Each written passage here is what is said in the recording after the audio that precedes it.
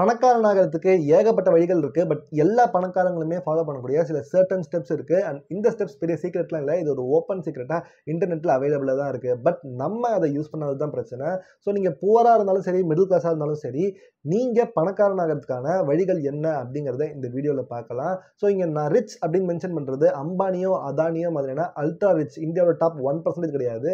நான் சொல்றது இந்தியாவோட டாப் 10% மிடில் கிளாஸ்க்கு மேல இருக்கக்கூடிய ரிச். இவங்க யாருன்னு பார்த்தீங்கன்னா, உங்க கூடவே இருக்கக்கூடிய ஒரு ஃப்ரெண்ட். அவங்க பாட்டு இஷ்டத்துக்கு பணத்தை தண்ணி மாதிரி செலவு பண்ணுவாங்க. பட் ஸ்டில் வெல்த்தியாவே ஒரு ரிச் மைண்டோட இருப்பாங்க. ஸோ அவங்கள மாதிரி நீங்க எப்படி மாறதுக்குங்கிறதுக்கான வீடியோ தான் இது. ஸோ சிம்பிளா ஃபினான்ஷியல் ஃப்ரீடமை அச்சீவ் பண்றதுக்கு முன்னாடி இருக்கக்கூடிய பேசிக் ஸ்டெப்ஸ் தான் இதில் பார்க்குறோம். ஸோ நீங்க ஃபினான்ஷியலி எந்த அளவுக்கு ஒரு லோவஸ்ட் பொசிஷன்ல இருந்தாலும் சரி, உங்க ஃபினான்ஷியல் ஃபியூச்சர் ரூயின்டு நீங்க நினைச்சாலுமே, அதுலேருந்து எப்படி வெளியில வந்து ஒரு ரிச் ஸ்டேட்டஸ்க்கு போகிறதுங்கிற கம்ப்ளீட் டீடைல்ஸை இந்த வீடியோல பார்க்கலாம். அண்ட் இந்த வீடியோவில் நான் சொல்லக்கூடிய லாஸ்ட் ஸ்டெப்பில் ஒரு போனஸ் பாயிண்ட் சொல்கிறேன். அண்ட் அதுதான் இந்த வீடியோட எக்ஸ்ட்ரீம் வேல்யூவாக இருக்கும். ஸோ வீடியோவை ஃபுல்லாக பாருங்கள். Welcome back to finance nets. இந்த வீடியோவில் கண்டிப்பாக உங்கள் டைம்க்கான வேல்யூவை ப்ரொவைட் பண்ணுவோம். பணக்காரனா வருது எப்படின்னு சொல்லிட்டு வீடியோ போடுறியே, நீ பணக்காரனா அப்படின்னு நீங்கள் கேட்டிங்கன்னா, நான் லாஸ்ட் 1 இயரில் இந்த ஸ்டெப்ஸை ஃபாலோ பண்ணிட்டு இருந்தேன். அண்ட் அந்த ஸ்டெப்ஸ் எனக்கு ஒரு அமேசிங் ரிசல்ட்ஸை கொடுத்துச்சு. லாஸ்ட் இயரோட இந்த வருஷம் என்னுடைய ஃபினான்ஷியல் ஸ்டெபிலிட்டி பயங்கரமாக ஏறி இருக்கு. ஸோ அதை நான் உங்ககிட்ட ஷேர் பண்ணுறதுக்காக தான் இந்த வீடியோவே. ஸோ வாங்க இப்போ வீடியோக்குள்ளே போகலாம். ஸ்டெப் நம்பர் 1, இதை ஆல்ரெடி ஏகப்பட்ட யூடியூபர்ஸ் சொல்லி நீங்கள் கேள்விப்பட்டிருப்பீங்க. ஏன்னா இட் ஆக்சுவலி ஒர்க்ஸ். என்னன்னா, you need a emergency fund.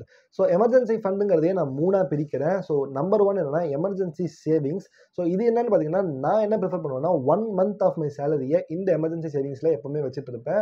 So இதை நான் என்னுடைய எல்லா பேங்க் அக்கௌண்ட்ஸ்லையும் ஸ்ப்ளிட் பண்ணி மோஸ்ட் கேஸஸில் வச்சிருப்பேன். ஸோ இதுக்கு நான் யூஸ் பண்ணுற ஒரு டெக்னிக் என்னன்னு பார்த்தீங்கன்னா, என்கிட்ட ஒரு பிரைவேட் பேங்க்ல அக்கௌண்ட் இருக்கு. அங்கே மினிமம் பேலன்ஸே நியர்லி 7,000 rupees மேலே. ஸோ இப்போ இது என்ன மோட்டிவேட் பண்ணுது, இந்த 7,000 rupees வச்சு அதுக்கு மேலே சில அமௌண்ட்டுமே வைக்கிறதுக்கு. இதை நீங்களும் ஃபாலோ பண்ணுங்கிற எந்த அவசியமும் கிடையாது. பிகாஸ் இதனால ஆக்சுவலாக பேங்க்குக்கு தான் யூஸ் அதிகம் என்னை விட. பட் எனக்கு இது ஒரு மோட்டிவேஷனாக இருக்குது, அதனால சொல்கிறேன்.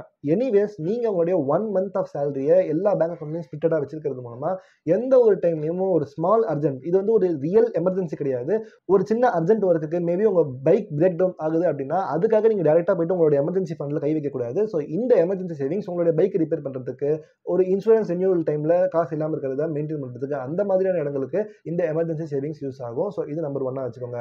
ஸ்டெப் நம்பர் 2 என்னன்னு பார்த்தீங்கன்னா எமர்ஜென்சி டெபாசிட்ஸ். ஸோ பேசிக்காக நான் ஃபிக்ஸட் டெபாசிட் தான் எமர்ஜென்சி டெபாசிட்னு சொல்கிறேன். மோஸ்ட் கேசஸில் எனக்கு ஃபிக்ஸட் டெபாசிட் மேலே அவ்வளோவா இன்ட்ரெஸ்ட் இல்லை, நான் ப்ரிஃபர் பண்ண மாட்டேன். அதுக்கு காரணம் என்னன்னா, இந்த ஃபிக்ஸட் டெபாசிட் இன்ஃப்ளூயன்ஸை எல்லா டைமும் பீட் பண்ணாது. பட் ஸ்டில் நான் ஏன் இங்கே ஃபிக்ஸட் டெபாசிட் சஜஸ்ட் பண்ணுறேன் அப்படின்னா, நான் வச்சிருக்கிறது ஒரு லயன் மார்க்கெட் எஃப்டி. ஸோ இதில் ஒரு 8 to 9% கிட்ட எனக்கு இன்ட்ரெஸ்ட் ரேட் வருது. அது கிட்டத்தட்ட இன்ஃப்ளேஷனுக்கு ஈக்குவலாக இருக்குன்னு சொல்லலாம். பட் இதை நான் யூஸ் பண்ணுறதுக்கான முக்கியமான காரணம், இந்த லீன் மார்க் பண்ண எஃப்டிக்கு அகேன்ஸ்டாக என்கிட்ட ஒரு கிரெடிட் கார்டு கொடுப்பாங்க. அண்ட் அந்த கிரெடிட் கார்டு இருக்கிறதுனால என்னால் ஈஸியாக என்னோட எக்ஸ்பென்சஸை ட்ராக் பண்ண முடியுது. அது எனக்கு ஒரு யூஸாக இருக்குது. அண்ட் இந்த கிரெடிட் கார்டை நான் யூஸ் பண்ணுறதுனால என்னோட காசை தான் நான் கடனாக வாங்குறேன். பட் அதுக்கு நான் இன்ட்ரெஸ்ட்டுமே வாங்குறேங்கிறப்ப என்னுடைய கிரெடிட் ஸ்கோருமே இன்க்ரீஸ் ஆகுதுங்கிறப்ப அது எனக்கு எல்லா வகையிலுமே பெனிஃபிட்டாக இருக்குது. பட் ஒரு ஆக்சுவலான கிரெடிட் கார்டை யூஸ் பண்ண தெரியல அப்படின்னா இந்த ஸ்டெப்பை நீங்கள் ஸ்கிப் பண்ணிக்கலாம். பேசிக்காக வெறும் ஃபிக்ஸட் டெபாசிட் மட்டும் போட்டு வச்சுக்கலாம். இதுக்கான ரீசன் என்ன அப்படின்னு பார்த்தீங்கன்னா, நான் இந்த ஃபிக்ஸட் டெபாசிட்டில் 3 மாதத்துக்கான எக்ஸ்பென்சஸ் மட்டும் தான் போடுவேன். Not my income, not my salary. So இந்த எக்ஸ்பென்ஸை வச்சு என்னால் ஈஸியாக 3 months சர்வைவ் பண்ண முடியும். நீங்கள் உங்கள் ஃபேமிலி கூட வாழ்ந்துட்டு இருந்தாலுமே உங்கள் ஃபேமிலிக்கு தேவையான எக்ஸ்பென்சஸ் இதில் வச்சுக்கிறது எப்பவுமே ஒரு சேஃப்டியாக தான் இருக்கும். அடுத்த ஸ்டெப் இதுதான் ஆக்சுவல் எமர்ஜென்சி ஃபண்ட். இதுக்கு முன்னாடி இருந்தது எல்லாமே ஒரு சேஃப்டி ஃபண்ட் மாதிரி தான் நீங்கள் எடுத்துக்கணும். ரியல் எமர்ஜென்சி ஃபண்ட் நான் எங்கே பார்க் பண்ணியிருப்பேன் அப்படின்னு பார்த்தீங்கன்னா கோல்டில். ஸோ கோல்டு ஆக்சுவலாக ஒரு இன்வெஸ்ட்மெண்ட்டே கிடையாது. மோஸ்ட் கேசஸில் கோல்டை வந்து நம்ம இன்ஃப்ளேஷன் கூட கம்பேர் பண்ணுவோம். பட் அந்த இன்ஃப்ளேஷன் எப்பவுமே கோல்டு கூட போயிருக்காங்கிறதுக்கு எந்த ஒரு ப்ரூஃப்மே கிடையாது. ஸ்டில் கோல்டை ஏன் ப்ரிஃபர் பண்ணுறோம் அப்படின்னா, நம்மளுடைய கரன்சிக்கு திடீர்னு வேல்யூவே இல்லாமல் போனாலுமே, எப்படி நம்ம ஸ்ரீலங்கா வேல்யூவே இல்லாமல் ஒரே நாளில் போச்சோ அந்த மாதிரி போனாலும் கோல்டு மட்டும்தான் உங்களுடைய இன்வெஸ்ட்மெண்ட்டுக்கான ஒன் அண்ட் ஒன்லி செக்யூரிட்டி. நீங்கள் ஸ்டாக் மார்க்கெட்லேயே இன்வெஸ்ட் பண்ணி வச்சுருந்தாலும் திடீர்னு ஒரு பபிள் பர்ஸ்ட் ஆச்சு, கம்ப்ளீட்டாக அந்த ஸ்டாக் மார்க்கெட் கீழே வந்தாலும், ஆர் உங்களுடைய கண்ட்ரியோட கம்ப்ளீட் ஃபினான்ஷியல் ஸ்டேட்டஸ் மாறிட்டாலுமே உங்களுடைய ஸ்டேட்டஸ் மாறாமல் இருக்கணும்னு நினச்சிங்கன்னா அதுக்கு கோல்டால் மட்டும்தான் செய்ய முடியும். ஸோ அதனால் மோஸ்ட் ஆஃப் த என்னுடைய எமர்ஜென்சி ஃபண்டு நான் இந்த கோல்டு தான் போட்டிருப்பேன். But again gold is not a investment material. So நான் இங்கே 6 months ஆஃப் இன்கம்மை இந்த கோல்டில் போட்டு வச்சிருப்பேன்.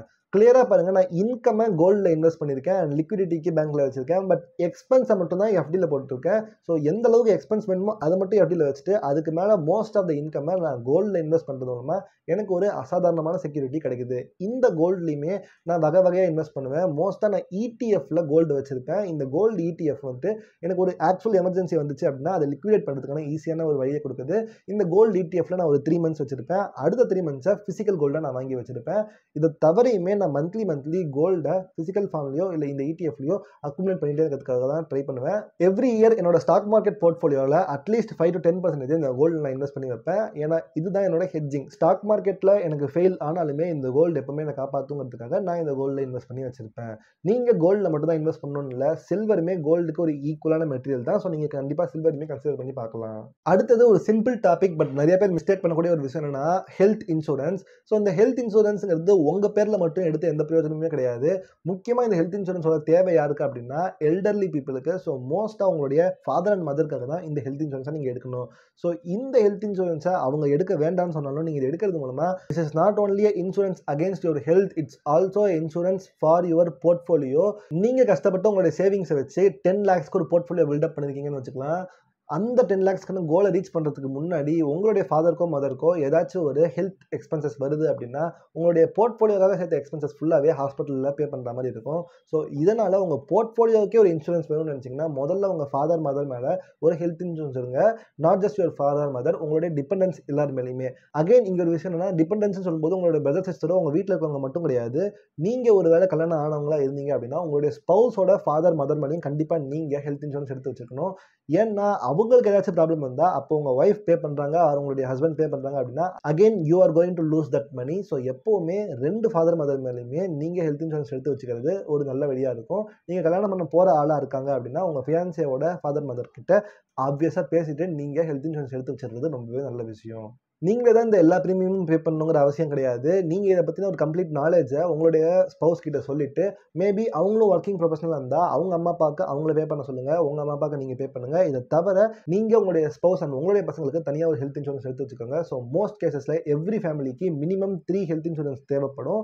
அண்ட் ஒருவேளை அதர் டிபெண்டன்ஸ் இருந்தாங்கன்னா அவங்க பெரிய ஹெல்த் இன்சூரன்ஸ் எடுத்து வச்சுக்கோங்க. ஏன்னா இந்த இன்சூரன்ஸ் இல்லைன்னா உங்களுடைய போர்ட்ஃபோலியோ முடிக்கிற மாதிரி இருக்கும் ஆர் உங்களுடைய ரிலேஷன்ஷிப்பை முடிக்கிற மாதிரி இருக்கும். ஸோ என்ன கேட்டால் இன்சூரன்ஸ் தான் பெட்டர் ஒரு வழியா இருக்கும். அடுத்தது நிறைய பேர் தப்பு பண்ணக்கூடிய ஒரு விஷயம் என்ன அப்படின்னு பார்த்தீங்கன்னா லைஃப் இன்சூரன்ஸ் தான்.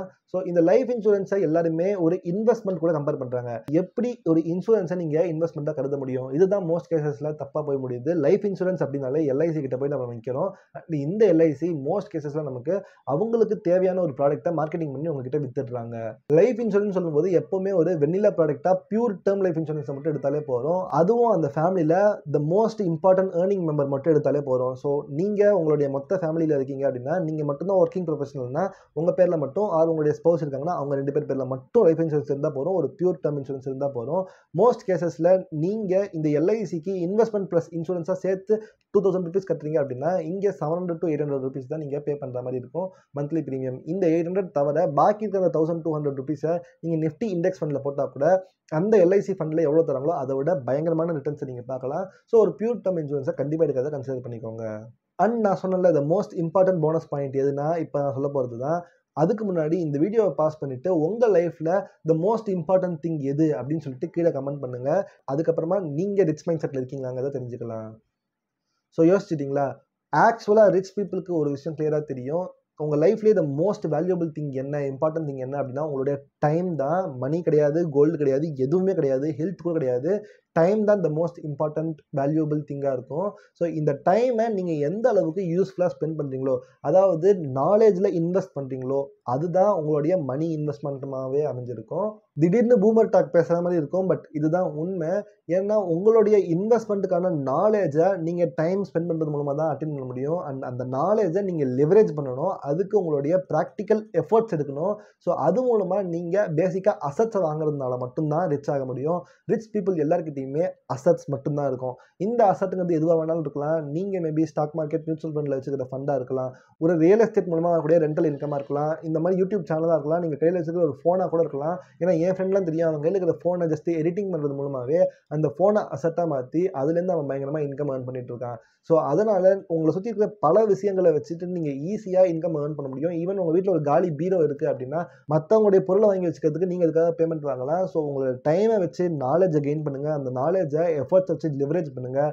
மணி உங்களை தேடி தானாக வரும். ஸோ உங்களால் தூங்குறப்ப பணத்தை பண்ண முடியல அப்படின்னா முடிச்சுட்டு இருக்கிறப்ப உங்களால் பணக்காரன் ஆகவே முடியாது. ஸோ பேசிவ் இன்கம் பண்ணுறதுக்கான வழிகள் என்ன அப்படிங்கிறதெல்லாம் நம்ம அடுத்தடுத்த வீடியோஸில் பார்க்கலாம். Not just passive income. இப்போ நான் இந்த எமர்ஜென்சி ஃபண்டை சேவ் பண்ணணும்னு சொன்னல, அதை சேவ் பண்ணுறதுக்கான ஸ்டெப் பை ஸ்டெப் ப்ராசஸ் என்ன, கோல்டை வாங்கும்போது எந்தெந்த வகையான கோல்டு இருக்குது, அதில் நம்ம எதை சூஸ் பண்ணலாம், இன்சூரன்ஸை வாங்கும்போது என்னெல்லாம் இன்சூரன்ஸ் ப்ராடக்ட்ஸ் இருக்குது, எந்தெந்த கம்பெனிலாம் இன்சூரன்ஸ் ஆஃபர் பண்ணுறாங்க, அவங்களில் எது நமக்கு சூட் ஆகுங்கிற கம்ப்ளீட் டீட்டெயில்ஸை ஒன் பை ஒன்னாக நம்ம வீடியோஸில் பார்க்கலாம். ஸோ இந்த வீடியோ மாதிரியே இன்னும் அதிகமான வேல்யூ உங்கள் டைமுக்கு வேணும் அப்படின்னு நினச்சிங்கன்னா நீங்கள் ஒரு இன்சைடராக ஆகணும்.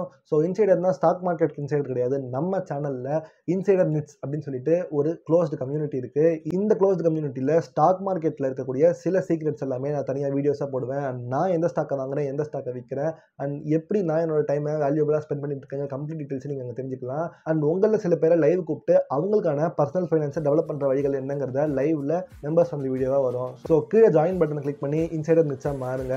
அடுத்த ஒரு ஃபண்டமெண்டல் வீடியோவில் பார்க்கலாம். விக்னேஷ்.